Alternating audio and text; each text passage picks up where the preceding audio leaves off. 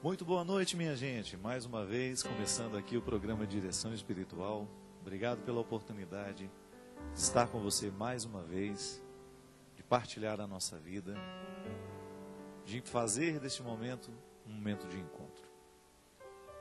O programa Direção Espiritual é para mim uma oportunidade maravilhosa de tocar as realidades humanas que fazem parte do contexto da minha reflexão cristã. Me sinto muito feliz pela oportunidade de estar aqui e de saber que você está em comunhão comigo. Muito obrigado. E hoje eu quero começar o programa com um poeminha. Na verdade, nem é um poema, é um pequeno texto atribuído ao Mário Quintana. Já li esse texto em outras ocasiões aqui no programa. E a gente sabe que coisa de internet nem sempre a autoria é uma informação precisa, né? Mas não importa. Está atribuído a ele, e Mário Quintana, pelo que conheço da literatura dele, essas palavras muito simples fazem parte, sem dúvida, das suas compreensões humanas. Um homem, um grande poeta, um poeta gaúcho, que teve uma sensibilidade maravilhosa na sua observação do mundo. O poeta é esse ser, né? Atribuído de sensibilidade, entra 3, 4 vezes na fila, né? Quando Deus está distribuindo sensibilidade, e olha para aquilo que a gente vê todos os dias de um jeito novo. Extrai a poesia da pedra, das realidades cotidianas, e a gente encontra sentido nas falas do poeta, mesmo que não sejam muito lógicas. Uma poesia sempre tem o poder de quebrar a lógica, porque ela não está amarrada nos conceitos. As metáforas são justamente a oportunidade da linguagem de ultrapassar o conceito, de ir além. Mas aqui ele é muito concreto na maneira de entender as deficiências humanas. Deficiente é aquele que não consegue modificar a vida, aceitando as imposições de outras pessoas ou da sociedade em que vive, sem ter consciência de que é dono do seu destino. Louco é todo aquele que não procura ser feliz com o que possui. Cego é aquele que não vê o seu próximo morrer de frio, de fome, de miséria. É aquele que só tem olhos para os seus míseros problemas e pequenas dores. Surdo. O surdo é aquele que não tem tempo de ouvir o desabafo de um amigo, apelo de um irmão, pois está sempre apressado para o seu trabalho e quer garantir o dinheiro no fim do mês. Mudo é aquele que não consegue falar o que sente e se esconde por trás da máscara da hipocrisia. Paralítico é quem não consegue andar na direção daqueles que precisam de sua ajuda. O diabético é aquele que não consegue ser doce. E o anão é aquele que não deixa o amor crescer. Mas finalmente a pior de todas as deficiências é ser miserável. Pois miseráveis são todos aqueles que não conseguem falar com Deus. É verdade, né? A gente fica pensando que as nossas deficiências... Eu me lembro, minha gente, tive um encontro com uma pessoa que mexeu muito comigo. Eu era fráter ainda, não era padre ainda. E eu me lembro que essa moça tinha muitas deficiências físicas. E eu fiquei muito assustado na hora que eu estava diante dela. E ela com um sorriso ali naquela cadeira de roda, com as pernas totalmente tortas, os braços atrofiados. E ela me olhando, ela me disse uma coisa que mexeu muito comigo. Ela falou assim, me falou: prazer em conhecer você, né? E eu fico muito feliz porque você está vendo os meus maiores defeitos, então não tem como esconder de você. E eu fiquei muito tocado. Porque é assim mesmo, né? Às vezes a gente encontra pessoas tão bonitas, tão aparentemente, do ponto de vista estético, tão impecáveis, né? E aí quando você começa a conviver, você vai descobrir que ali existe tanta feiura. Eu sempre brinco, né, que na vida a gente precisa ficar mais bonito, E quando eu falo que nós temos que ficar mais bonitos, eu falo da beleza total mesmo.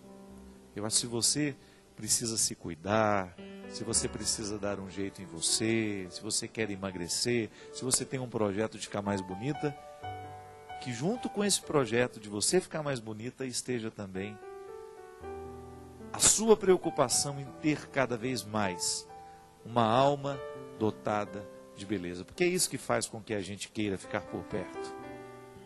Eu tenho visto e encontrado tanta gente que do ponto de vista estético apresenta tantas imperfeições, mas ao mesmo tempo tem um coração tão bonito, tem uma presença tão forte e faz uma diferença na vida. E a gente aprender a lidar com essas deficiências da gente aqui, essas todas que o poeta fala, né? Da loucura, da cegueira, da surdez, tantas. São tantas as deficiências que a gente tem na vida. Realmente, às vezes, a gente é cego, a gente não consegue ver a pessoa que está do lado, precisando de nós, né? A mudez, a gente não consegue fazer brotar a palavra que verdadeiramente a gente precisa dizer. Como é difícil, às vezes, a gente fazer brotar dos lábios o pedido de perdão, não é? Pode ser que você hoje esteja vivendo isso. A dificuldade de colocar, de fazer a raiz do grito provocar essa palavra, me perdoa. Tanta coisa muda, minha gente, quando a gente tem coragem de dizer isso. Quando você sair aí do seu quarto, andar essa pequena distância da sua casa que separa do seu irmão, andar esse pequeno corredor que separa o seu quarto do quarto da sua mãe, bater lá e ter a sensibilidade, a simplicidade de dizer: mãe, me perdoa pela maneira como tenho te tratado, pela palavra grosseira que proferi, por não fazer esforço para dar certo com você. Andar essa pequena distância e fazer brotar da voz essa palavra que pede perdão ao Pai, ou dar esse abraço no irmão que você precisa, ou até mesmo lhe motivar, né, a pegar no telefone hoje e fazer brotar esse pedido de perdão através de um telefonema. Ligar para quem você sabe que você machucou, que você magoou. A vida fica tão diferente quando nós superamos a deficiência da mudez. Quando você é capaz de ultrapassar tudo aquilo que lhe impede de fazer a palavra brotar. A palavra que edifica. A palavra que constrói. Tanta gente precisando hoje do seu pedido de perdão. A gente tira o sono das pessoas às vezes, com a nossa atitude. E às vezes um pedido de perdão não custa nada. E ele vai fazer um bem danado ao coração do outro. Ele vai provocar um benefício naquele que escuta. A gente cuidar da deficiência da nossa visão, né? Às vezes a gente é incapaz de perceber quem está do lado. Às vezes na necessidade de resolver problemas e situações, a gente fica tão egocêntrico, a gente fica tão voltado para a gente mesmo, a gente fica querendo exigir, a gente faz uma experiência de viver assim o tempo todo, sem ter a percepção do que está ao nosso redor. E quando a gente não percebe o que está ao nosso redor, a gente corre o risco de perder as prioridades, de ficar perdendo o nosso tempo com aquilo que definitivamente não é prioridade. As deficiências são muitas, minha gente. Eu tenho as minhas, você tem as suas. E se a gente não olha para elas com responsabilidade, a gente corre o risco de se transformar nelas. Isso é terrível. Quando a gente começa a se transformar no defeito que tem, na deficiência que tem. É uma consequência natural do defeito não cuidado. Se a gente não trata a deficiência, ela vai tomando cada parte do nosso ser e a gente vai se transformando nela. Eu não acredito que seja esse o nosso projeto de vida, né? Cuidar da deficiência nossa de cada dia, olhar para aquilo que em nós hoje é deficiente e ter a coragem, sob a graça, sob o auxílio de Deus, a gente modificar tudo isso. 0 operadora 12 31 86 26 Esse é o programa Direção Espiritual. Você pode participar conosco, você liga, faz o seu pedido de oração, deixa o seu pedido de aconselhamento, apresenta a questão que você quer que a gente reflita e pode também escrever para nós, entrar em contato conosco e fazer este programa acontecer. Boa noite, Ivanilson. Muito obrigado pela sua companhia hoje aqui, substituindo o Christian. Obrigado pelo carinho, pela presença. Eu vou aproveitar que nós tivemos o dia de finados na semana passada e tratar de duas questões que chegaram aqui ao longo dessa semana, que falam justamente da questão da morte. A primeira quem escreve é a Ariana, que é de Cabo Frio, e ela questiona duas questões muito simples. Uma questão muito simples que às vezes a gente escuta, a pessoa tem medo disso, eu já particularmente já tive medo dessa situação. Ela fala assim: Padre Fábio, quando alguém morre, ela pode aparecer para alguém que está vivo?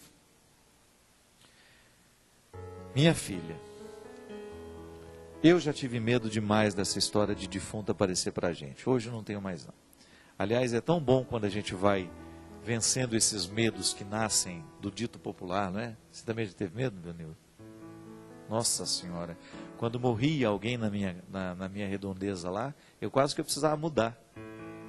Tinha pavor de passar na frente da casa da pessoa que morreu, e tinha medo de cemitério, tinha medo de urna, não podia ver uma funerária que eu já ficava tremendo.